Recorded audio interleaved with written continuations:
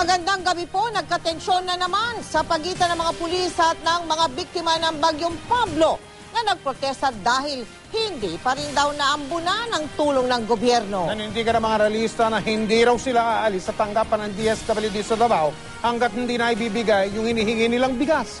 Mula sa lungsod ng Davao, nakatutok live si Rial Soroche ng GMA Davao. Rial. Yes, Mike, Mel, sa ikatlong araw ng kilos protesta ng Barog Katauhan at mga membro umano o nabiktima ng Bagyong Pablo, muli naman nagkagirian magtapos magpangsing-abot ang otoridad at mga rallyista. Hindi pa rin umaalis ang mga nagproprotestang biktima umano ng Bagyong Pablo kasama ang ilang militanteng grupo sa harap ng tanggapan ng DSWD-11 hanggat hindi pa naibigay ang hinihingi nilang 10,000 sako ng bigas. Sa gitna ng mahigpit na seguridad, muling nagkatensyon sa lugar. Nagumpisa ang kaguluhan nang harangin ng mga rallyista ang pagkain para sa mga pulis na nagbabantay sa DSWD office. Isang pulis at isang photographer ang nasaktan dahil sa kaguluhan. You are at the middle of the commotion, hindi ka pwede special treatment. Isang pulis na nakasibilyan ang nabubog umano ng rallyista matapos siyang nahuli ng grupo na nagmamasid sa hanay ng nagproprotesta.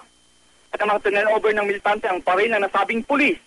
Kabilang umanong nasabing pulis sa Intelligence Division ng PNP, kaya't hindi ito pinakunan sa kamera.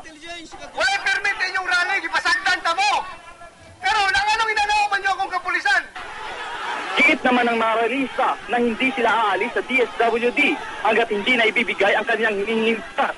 Ayon sa DSWD, 3,000 food pack, 116 na sakong bigas, 6 na kahon at 1 kahon ng kape ang natangay ng rallyista nang pasukin nila ang DSWD Region 11 office kahapon.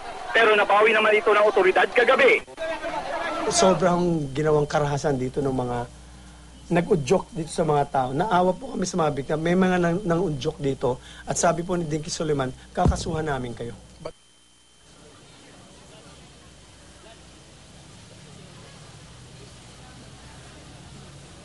Mel, Mike, sa ngayon mapayapan ang sitwasyon dito sa lugar at kapapasok ng balita, pinapapasok ng ilang representante ng Barog Katauhan doon sa opisina ng DSWD para sa isang dialogo kasama ang mga personahe ng DSWD Region 11. Mel, Mike. Maraming salamat sa iyo, Rial Soroche ng GMA Davao.